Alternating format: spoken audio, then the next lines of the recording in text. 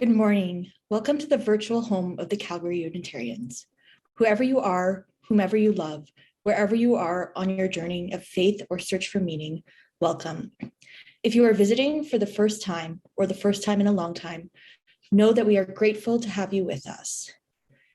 We come together in beloved community to grow in wisdom, welcome and deepen relationships, and act for a just and sustainable world. My name is Bretton Saunders, and my pronouns are she and her. I started coming to this congregation about 2.5 years ago because I was searching for ways to find meaningful connections and ways to explore spirituality through different lenses.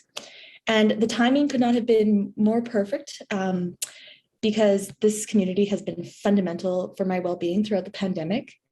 I'm so thankful to be here virtually with you today and hope to see you all in person soon. If you are able, please do join us after the service for virtual coffee hour. Here, we will meet in small breakout rooms and get a chance to visit. Now, wherever you are, let us remember and acknowledge the traditional territories and languages of all whose ancestors were here before us. We recognize our responsibility to be stewards of this land and acknowledge that we do so in cooperation with the people of the Blackfoot Confederacy of Southern Alberta, comprised of the Siksika, Piikani, and Kainai First Nations, as well as the Dene First Nation Band, Tsuut'ina, and the Nakota First Nation, also known as Stoney Nakota. Alberta's Nakota First Nation is comprised of 3 bands, Bearspaw, Chiniki, and Wesley.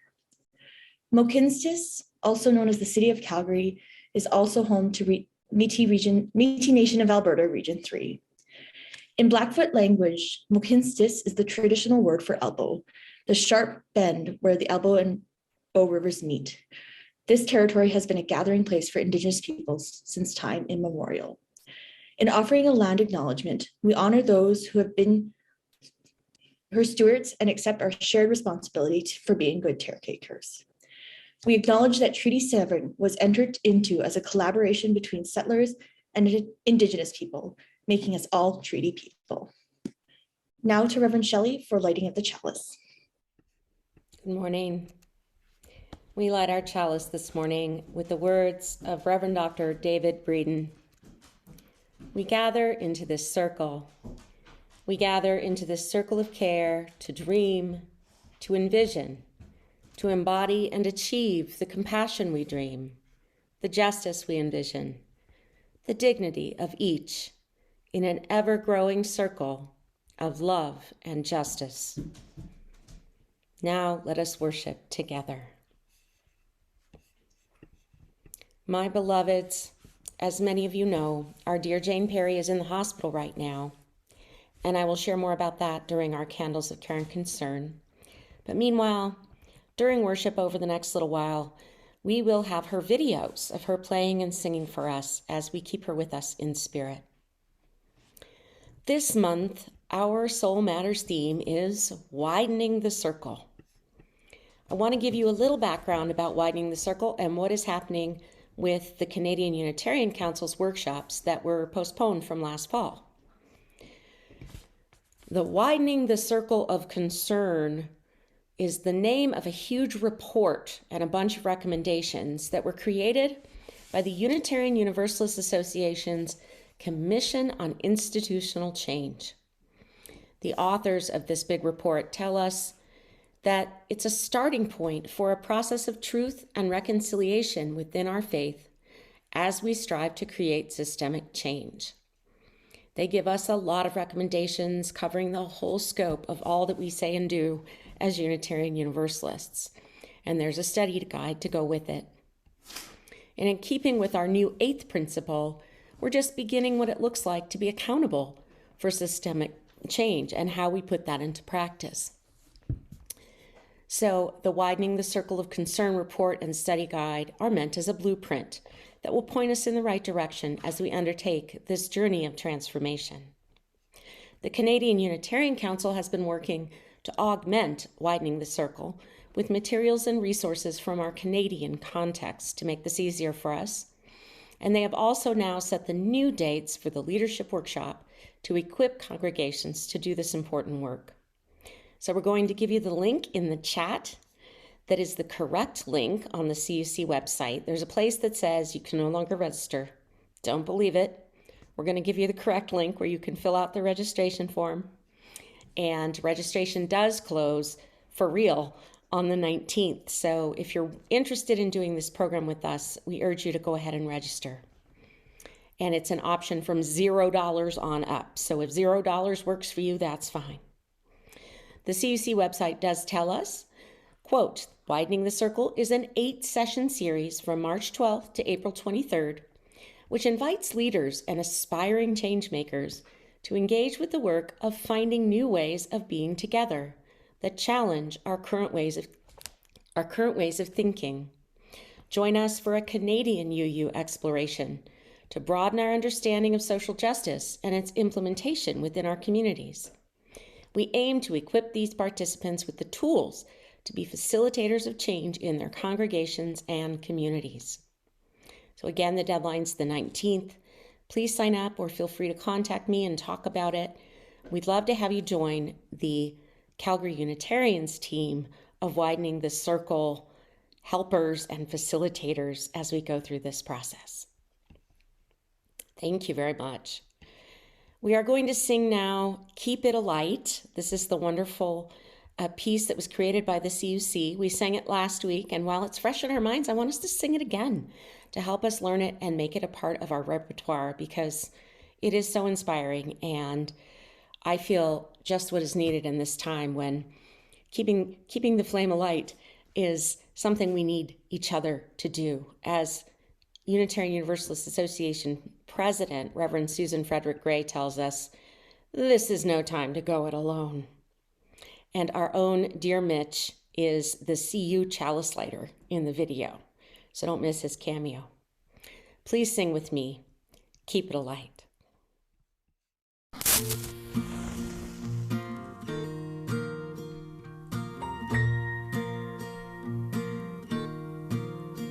There are days when you're tending the embers,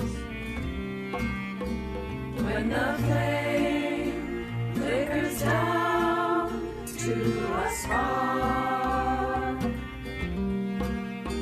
when the shadows grow long in your wilderness,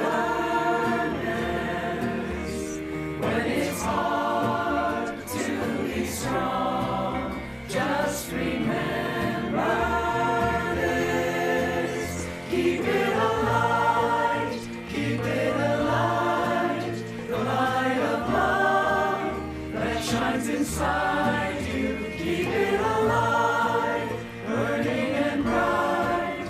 Keep it alight, keep it alight, keep it alight, keep it alight. Oh, keep it alight, keep it alight. Keep it alight, keep it alight. There's a flame that sustains love and justice. Everyone holds it here in the heart. It can carry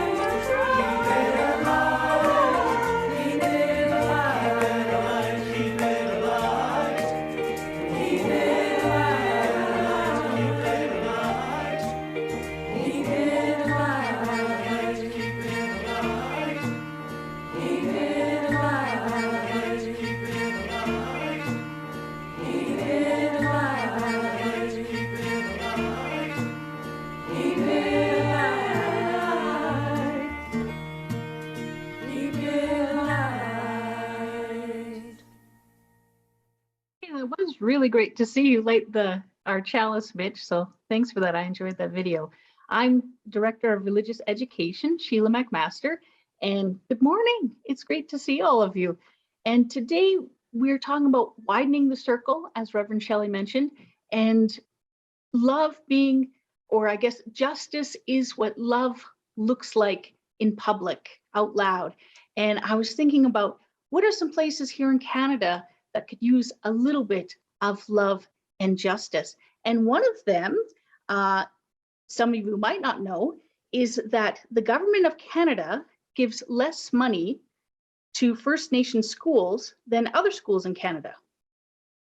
And in Canada, education is paid for by the provincial governments, but education for First Nation kids who live on reserves is actually paid by the federal government or government of Canada. And so the problem is that the government gives a whole lot less money to those schools than kids who go to provincial schools receive. And so it means they don't get the things they need to give their students an education that they deserve. And as we'll learn in today's true Canadian story, Shannon's Dream, this can make it really hard for First Nations kids to get the education that they want to be able to live their dreams.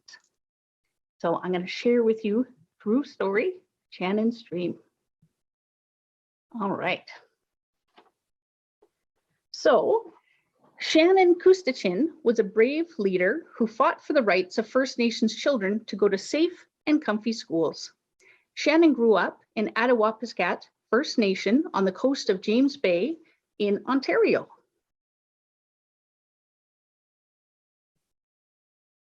There we go, there's James Bay. And all the people there are Cree, a group of First Nations people who live across different parts of central Canada, northern Quebec, and other parts. Shannon and her classmates never got the chance to go to a real school. The only school in her community was closed because of a diesel fuel leak in 1979 that poisoned the land under the school. And before long, the fuel leak made people and animals sick. It was the government's responsibility to clean up the leak and build a new school, but it did nothing for many years. Parents and families told the government that the school was not safe and decided not to send their children there. And eventually the school closed down and the government set up trailers for the students to learn until a new school could be built.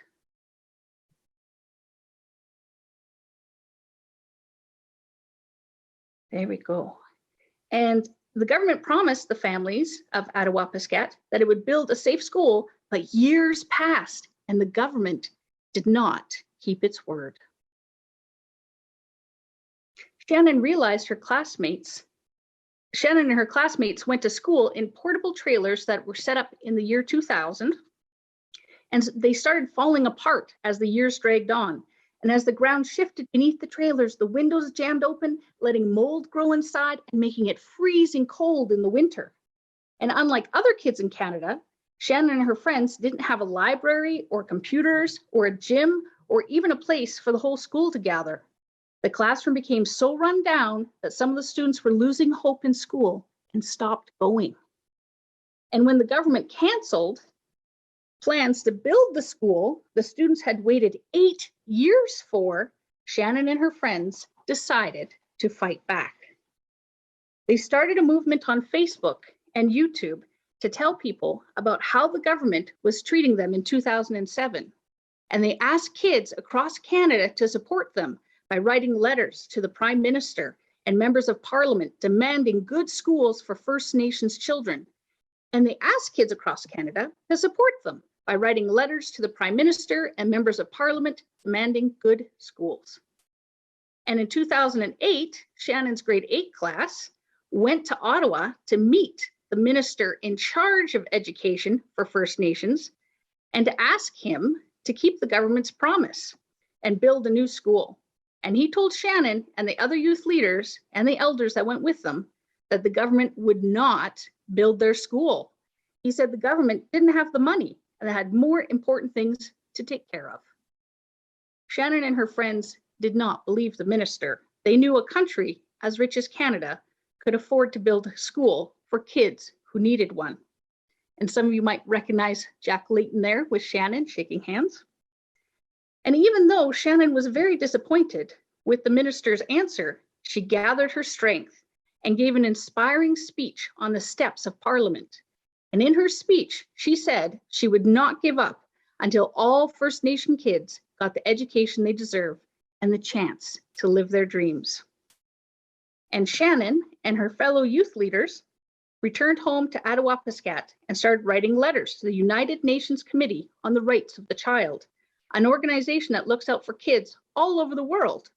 And in that letter, they explained to the United Nations that the Canadian government was discriminating against First Nation kids by not giving enough money for their education and other important services. And then in 2008, Shannon was nominated for the International Children's Peace Prize for her amazing work. And sadly, Shannon did not get to see the school built in Attawapiskat. She moved away from home to go to high school and passed away in a car accident in 2010 when she was only 15 years old. Shannon's friends and family and community were heartbroken, but carried on her brave work by starting the movement Shannon's Dream in her memory. To learn more about it, you just go to shannonsdream.ca. And you might be wondering, what can you do to help Shannon's dream come true? Here you can see school picture on June 22nd, 2012, the day Shannon would have graduated high school. Construction began on the new school in Attawapiskat in 2014. And it was finally built. There's some nice pictures and Shannon's dream. And they finally have nice classrooms and a theater and a library. And so you might be wondering, yes, what can you do to help Shannon's dream come true? Because even though the school was built in her town, there's still so many First Nations kids who need to have a safe and comfy school. So some things you can do. Step one is stand up against discrimination by writing a letter to your member of parliament or other elected officials like Shannon and her friends did. In your letter, you can tell them that they need to respect First Nation kids' right to a good education. Two, you can learn more about First Nations education by reading Spirit Bear's book, Fishing for Knowledge and Catching Dreams. Or three, you can watch the documentary movie about Shannon, Hi Ho, Mistahay, in the National Film Board's library. And there's free access to that as well. And I've got the link. Just send me an email if you like. And four, have a heart day. So you can spread the word through social media like YouTube and Twitter, or send a Valentine's Day card or letter supporting Have a Heart Day to the Prime Minister and Member of Parliament, or host a Valentine's Day party to raise awareness. And this is what we are all doing today. Yes, today, 1 p.m. to 3 p.m. behind the Calgary Unitarians building. We're going to have a fire pit. We're going to have Valentine's Day themed treats, but we'll also have printed letters and coloring sheets for anyone who would like to write a letter, and we'll mail them off for you, and we'll send them out in support of Indigenous kids having safe and comfy buildings to have their education in. So we'll be doing that today. I also have a letter that I'll be reading out when we're by the fire pit that Shannon wrote herself in support of the work that she believed in. And it's going to be a really great time. So I hope many of you can come on out and hang out with us and write some letters. So that'll be very exciting. And lastly, I just want to end with some words from Shannon. And she would say, I would tell the children not to be afraid to follow their dreams. I would tell them to never give up, to get up, pick up your books, and keep walking in your moccasins. And now to Shelley. What a wonderful story. I can't wait to get out there this afternoon and write letters with so many of you. Please join us. And if you can't, Sheila, as she says, we'll have opportunities for you to do that through the website and e-news and all sorts of other good ways to have access to participate in that wonderful, wonderful justice in action. So today we have the privilege of giving an overdue welcome to 3 of our wonderful new members who have joined us during this time of pandemic. Normally there's a brunch, and then there's a wonderful worship service in person, and then there's coffee and cake and all sorts of good parties. Well, we're going to delay the eating part of this special event until another time when we can do so safely. But these very special women have shared with us introductions of themselves. If you haven't met them yet, you'll be meeting Lilias Cowper, Jocelyn Kustachin, and Carol Yankee. They're already very active and engaged in our congregation and making friends here.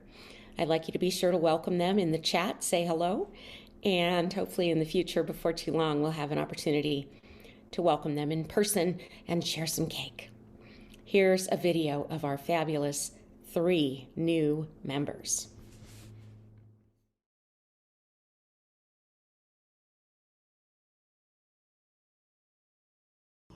Hi, I'm Lilias Cowper, and this is kind of an introduction video as I am a new member at the Calgary Unitarian. I was brought up in the Unitarian Church in Calgary. My mother's name was Lila Slisney, and Cowper is my last name. My dad was Norman Cowper. But I did marry a Roman Catholic. You know how we are all open to other religions. And we went to the Scarborough United Church kind of as a medium point, and when our children were growing up. But I did divorce in 2008, and I moved to Edmonton for a government job as an interior designer and planner. That is my educational background. I joined the Unitarian Church in Edmonton and retired in 2019 and moved back to Calgary as I wanted to be close to my daughter and her family and grandkids to help her out with her work so she could continue working through this COVID. I do have another daughter, Andrea, in Toronto, and 2 grandkids there, 10 and 8 years old, and I make trips there twice a year for, to visit them pre-COVID.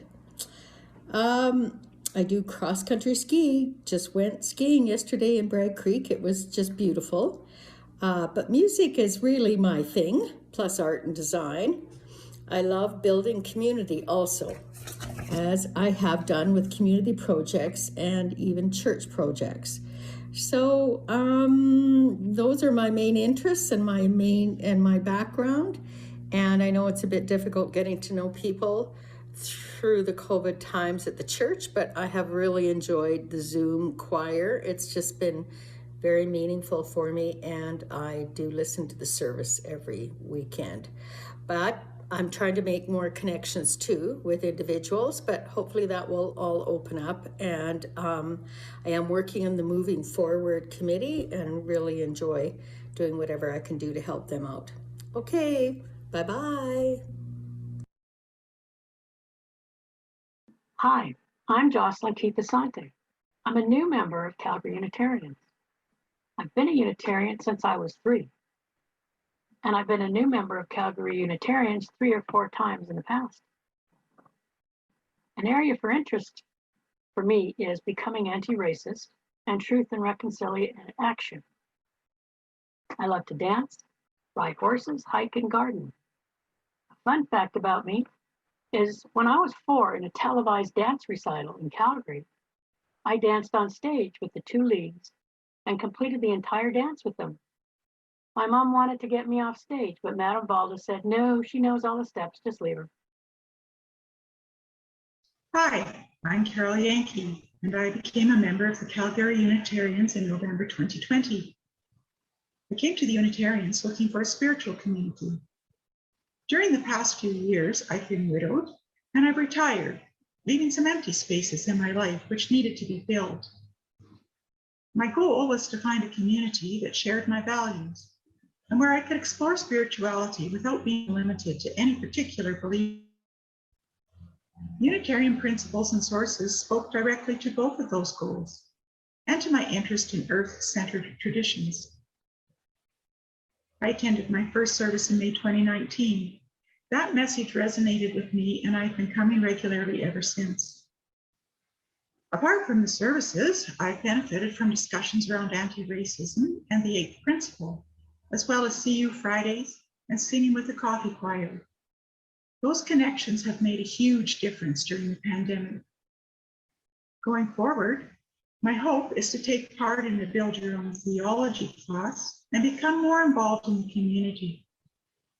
Other interests include taking part in the variety of learning opportunities available through the Calgary Association of Lifelong Learners. I'm also privileged to volunteer at a cat shelter 2 or 3 mornings a week, a great way to start any day. So thank you for providing this space, and I look forward to meeting in person someday soon. Thank you.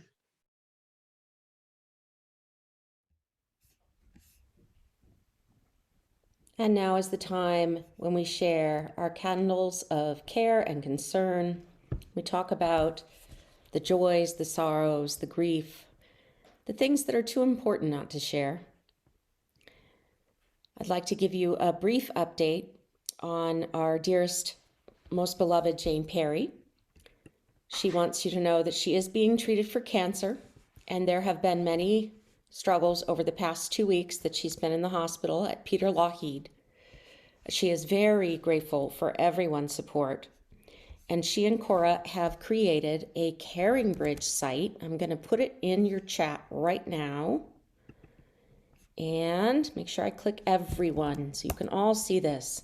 This is called the Caring Bridge. It's if you're not familiar with it, it's a wonderful website where Cora and Jane can post updates so that we all get updated in the same place, in the same time. And all of you can post tributes, you can send your well wishes, and you can really focus your love and support for Jane and Cora through this site. And when the time comes that Jane returns home, Cora will have the opportunity through Caring Bridge, if they need anything, from house cleaning to food to whatever the case may be, Caring Bridge is another place where they can ask us for help in an easy way that's convenient for them, where we all get the same information and know that we've got the right information. So please make use of Caring Bridge. Do send your love and support to our beloved Jane, who is persisting in her amazing good spirits and hope, and sending us all love. And we hope that she will be returning to us very soon. I light a candle of sorrow for my beloved friend and mentor, the Reverend Jean Pubke, who was the senior minister at the First Unitarian Universalist in Richmond, Virginia. She died last Wednesday after a serious fall down the stairs that severed her spinal cord. And this tragic accident has sent shockwaves through Unitarian Universalism. Many of us are reeling from her loss and will miss her greatly. We are so grateful for the tremendous light that she shared with all of us, and that will always be a legacy to her love. We continue to send our love and light to our dear Judy Osborne as she continues the process of grieving her son, Stefan. Care goes out to my 17-year-old niece, Audrey, in Boise, Idaho, who's having spinal surgery tomorrow to address scoliosis. I'm hoping for a speedy and easy recovery for her from that. And we certainly hope to celebrate with great joy on Tuesday when the City Council approves the land transfer to the Indigenous gathering place. So many of you came and listened to to Elder Doreen, Elder Doreen, and her companion Anne, as they shared with us how important it is for the Indigenous people of Calgary to have their own spiritual home. And we will help make that happen, we hope. And we hope to be celebrating on Tuesday.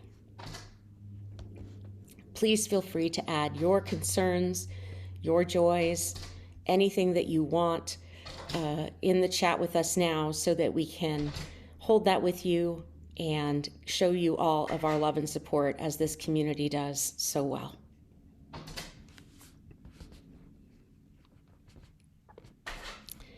And as always, we are going to hear our beloved Jane sing to us, I am sending you light, we have the opportunity on Thursday night to sing it back to her.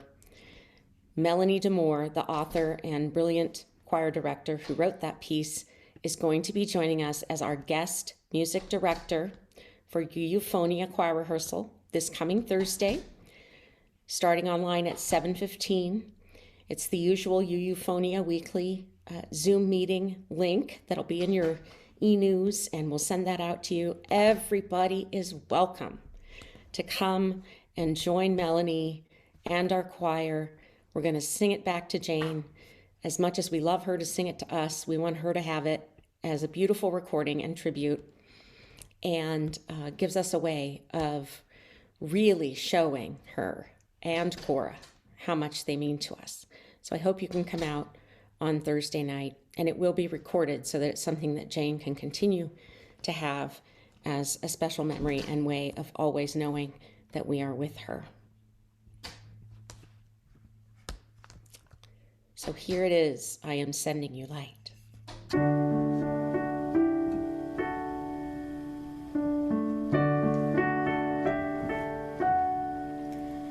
I am sending you light to heal you, to hold you. I am sending you light to hold you in love.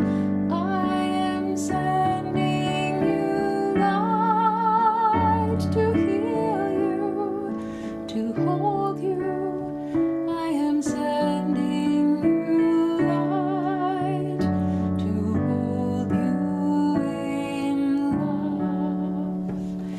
No matter where you go, no matter where you've been, you'll never walk alone. I feel it deep within, and I'm sending you light to heal you, to hold you. I am sending you light to hold you in love. I am sending you light to heal you and hold you. I am sending you light to hold you in love. No matter what you feel or what you choose to show, I'm always there for you, and so I want you to know that I am sending you light to heal you, to hold you. I am sending you light to hold you in love. I am sending you light to heal you, to hold you. I am sending you light to hold you in love. I walk the path with you. Go slow, dear one, don't hurry. I'll go just like you need to go. There is no need to worry.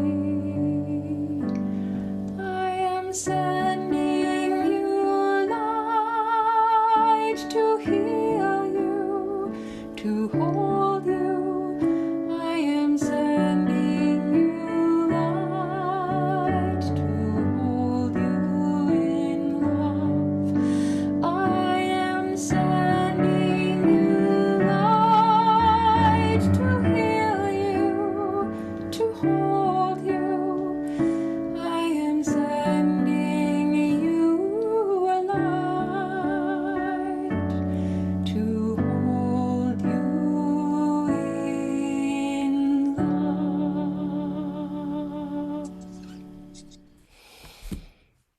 Who are we? Why are we here? What do we do? And for whom? How do we do it? As Calgary Unitarians continues this transitional journey toward the calling of a new settled minister, now's the time to look at what motivates you and to seek real answers to these very big questions. We're clear that Calgary Unitarians are seeking to accountably live your values within, among, and beyond your UU community. You're working to create beloved community for all people because it's the right thing to do. It is a tall order. Today, I ask us to think about how we do this amazing work through love in action. Love in action. One of my very favorite UU bumper stickers says, Unitarian Universalists, we love the hell out of the world. But love truly is one of our highest values, right at the heart center of Unitarian Universalism in every aspect of our congregational and community life. We're striving to practice love in action. We seek to love ourselves, to love one another, to love all beings, and to love our earth home. Well, now that Valentine's Day is nearby, it really also has to be said there are many different kinds of love. Love in action is a particular kind of love. You'll notice that our first principle says, we affirm and promote the worth and dignity, inherent worth and dignity of every person. It carefully avoids the word love, lest we think that we are meant to have warm, fuzzy feelings for every person. Not so. Not really possible for most of us. Nope, the first principle, which I think perhaps arguably is the hardest one, it says we honor the inherent worth and dignity of all people because we believe that all human life has value. We believe every person has a right to exist. We're saying that we love humanity, even the people who aren't our BFFs. Well, I see a whole lot of love in action here in this congregation all the time. The tremendous outpouring of love and support that goes wherever it's needed in times of trouble, grief, or isolation. Operation Cookie, the Shawl Ministry, the Caring Team, and a huge network of mutuality that is holding this community with love in action every day, like the bonfire and party with all of the families today. The dedication of all of the choristers and singers and music ministry people who are steadily keeping music flowing online and in person, whenever we possibly can be together in person. Those are all love in action. All of our staff and our leaders and our team members, our board, who continue to carry the work of our church, adapting to every twist and turn. Love in action. Love in action in these and so many other ways. And it doesn't stop with the congregation. Love in action is the driving force behind the mission of this community as a faith-based, intentional community.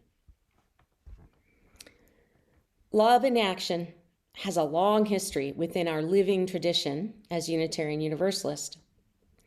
It is the second on the list of our 6 UU sources, which explains we draw upon, quote, words and deeds of prophetic people which challenge us to confront powers and structures of evil with justice, compassion, and the transforming power of love. So love in action, we know, didn't start with us. We share this lineage with people the world over. People like Shannon and the other children who fought for their education. At the Unitarian Universalist Association General Assembly, there's a long tradition of inviting prophetic people to speak as honored guests called the Ware Lecturers, named after Henry Ware. When speaking about love in action, I'm reminded of 2 prophetic voices who were each Ware lecturers in their turn. Going all the way back to 1966, Unitarian Universalists heard prophetic words from Reverend Dr. Martin Luther King Jr., who was the Ware lecturer that year. Oh, I wish I'd been there. He reminded us that there's been a tradition of love and action in many cultures for eons. So I'm going to quote him to you. Please grant him some grace with the male pronouns and ableism that he used more than half a century ago. A lot has changed. Some stuff we're still working on. And if you listen carefully, you will hear our first principle at the end. To that gathering of Unitarian Universalists, Dr. King said, quote, "I think the thing about the revolution that's taken place is that it's maintained the hope element, and at the same time, it's added the dimension of love. I think we have to stop and talk about what we mean in this context, because I would be the first to say it is nonsense to urge oppressed people to love their violent oppressors in an affectionate sense. And I'm certainly not talking about that when I talk about love standing at the center of our struggle. I think it's necessary to see the meaning of love in higher terms. The Greek language has 3 words for love. One is the eros.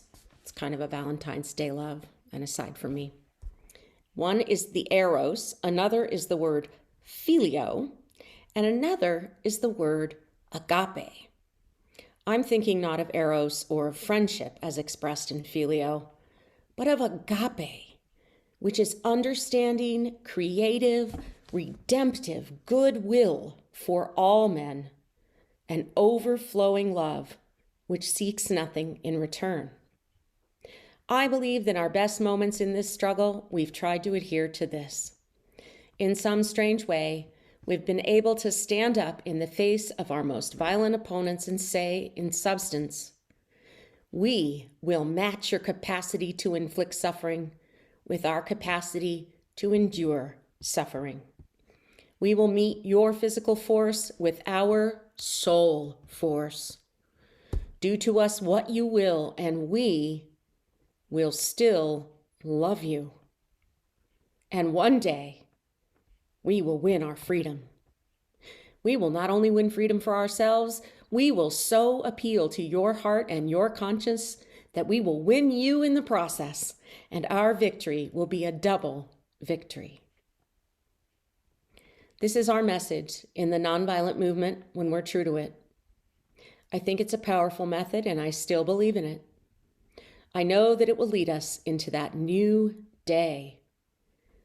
God is interested in the freedom of the whole human race. He's interested in the creation of a society where all men will live together as brothers, and every man will respect the dignity and worth of human personality. With the nonviolent method guiding us on, we can go on into that brighter day when justice will come." End quote. So then agape is this kind of love that we want to put into action. I paraphrase Dr. King's definition. Agape is understanding, creative, redemptive goodwill for all people, an overflowing love which seeks nothing in return. One of the significant ways that we practice agape and love humanity is by affirming and promoting our third principle, that all people deserve justice, equity, and compassion in human relationships. All people, not just the ones we like or the ones who are like us, but all people. We work to create beloved community that's grounded in justice, equity, and compassion for all. It was another Ware lecturer, Dr. Cornel West, in 2015, who gave us this magnificent quote. He said, "We have a love so deep, we have a commitment to justice, since justice is what love looks like in public, just like tenderness is what love feels like in private." End quote. Justice is what love looks like in public. I love that concept. In Unitarian Universalism, in our eclectic way, we add equity and compassion to that idea. Justice, equity, and compassion are all important elements of what love looks like in public. They're all forms of agape, love in action. Love acting in us, love acting among us, and love acting beyond us, outward, into the whole world. Dr. King gave us some strong advice on this front. He said, quote, "It's necessary for the church to support strong, meaningful civil rights legislation." Now, I would hope that everyone under the sound of my voice tonight will do something in a positive manner. I know that you support it, but support it by writing your congressman. Support it by mobilizing support within the community in order that it will pass. He said, "Let me say in conclusion that I have not despaired of the future. I believe firmly that we can solve this problem. I know that there are still difficult days ahead, and there are days of glorious opportunity." End quote.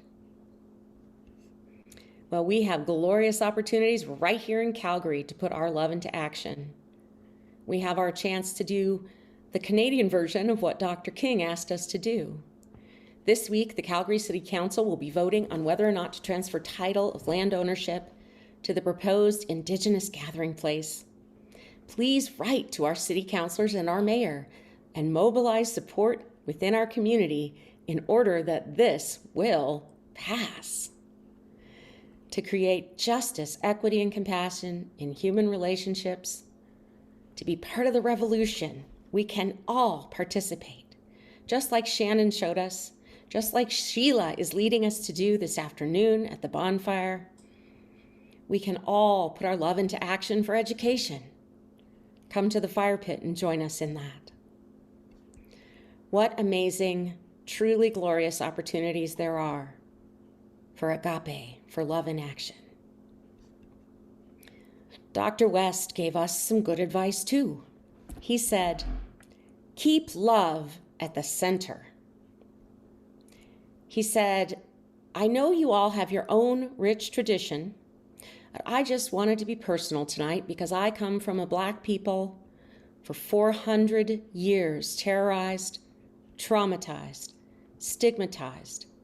But the best of our tradition is what? Generating the love supreme of a John Coltrane, the love ethic of a Martin Luther King Jr., the love sensibility of a Frederick Douglass and an Ida B. Wells Barnett, and in the music of Stevie Wonder. What is it about these people that in the face of being terrorized, they continuously dish the love? Those folk don't come from the sky. They come out of a tradition, fundamentally committed to love in the end, no matter what the situation is. So we as Unitarian Universalists must continue to be a tradition of people who deliberately, relentlessly, conscientiously widen the circle of justice, widen the circle of equity, widen the circle of compassion if we hope to be co-creators of beloved community. We can and will widen the circle if we keep love at the center. Continuously dish the love, my people. Continuously dish the love. Ashe. Amen. May it be so.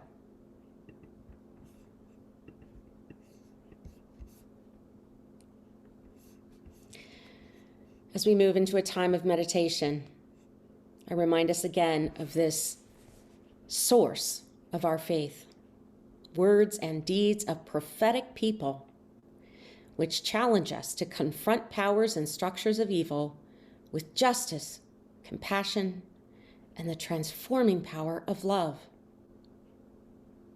Who are the prophetic people that you admire as sources of your faith?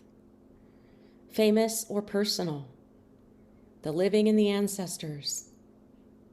If you wish, you can put their names in the chat now and spend a few moments thinking about that. Who are the prophetic people that you name in your lineage, that you want to claim in your tradition of love and action?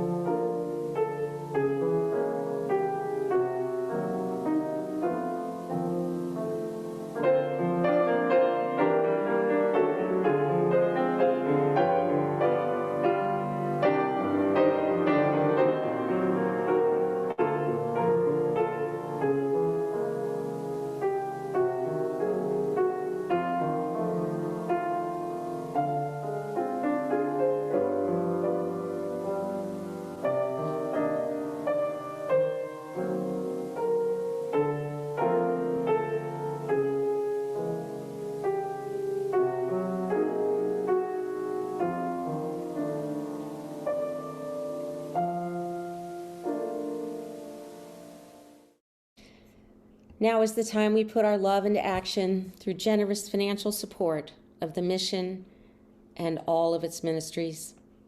For all that Calgary Unitarians means to us, for all the ways that we are blessed with love, compassion, support, and community, let us give back as generously as we can. If you wish to donate specifically to help the congregation sustain our music ministry during Jane's absence, you may designate those donations to the Minister's Discretion Fund, which we're using right now to help cover some of those expenses, like providing fair compensation to Melanie Demore. Our For Others giving this month is our Sharing the Faith Fund through the Canadian Unitarian Council.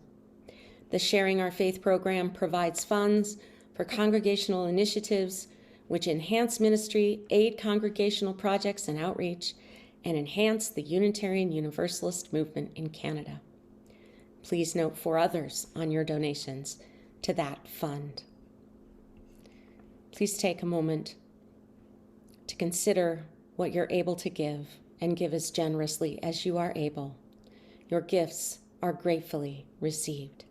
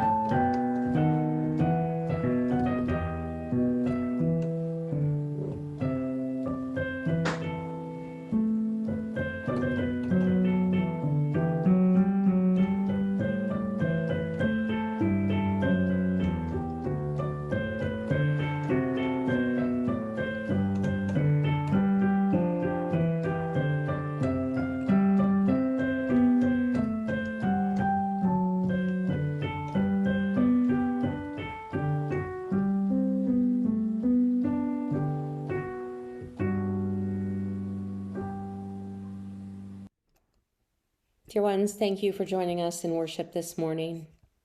We extinguish our chalice, but not the love in action that we share with the world. Our service is ending, and now the service truly begins.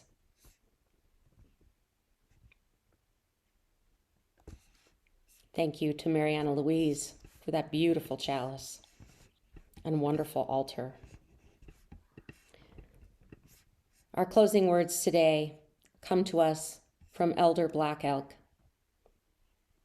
He said, "Then I was standing on the highest mountain of them all, and round about beneath me was the whole hoop of the world." Our closing words are from Black Elk. "Then I was standing on the highest mountain of them all, and round about beneath me was the whole hoop of the world. And while I stood there, I saw more than I can tell, and I understood more than I saw, for I was seeing in a sacred manner the shape of all things in the Spirit, and the shape of all shapes as they must live together like one being. And I saw the sacred hoop of my people was one of many hoops that made one circle, wide as daylight and as starlight, and in the center grew one mighty flowering tree to shelter all the children of one mother and one father. And I saw that it was holy."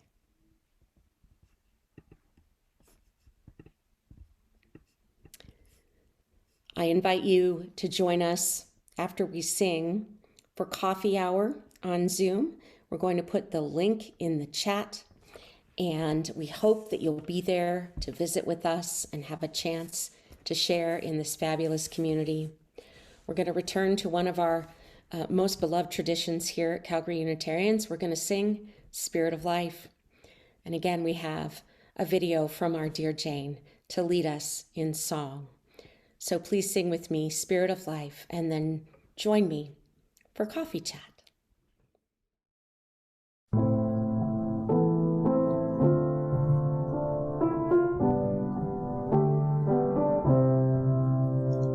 Spirit of life, come unto me. Sing in my heart all the stirrings of compassion. Blow in the wind, rise in the sea, move in the hand, giving life the shape of justice, roots all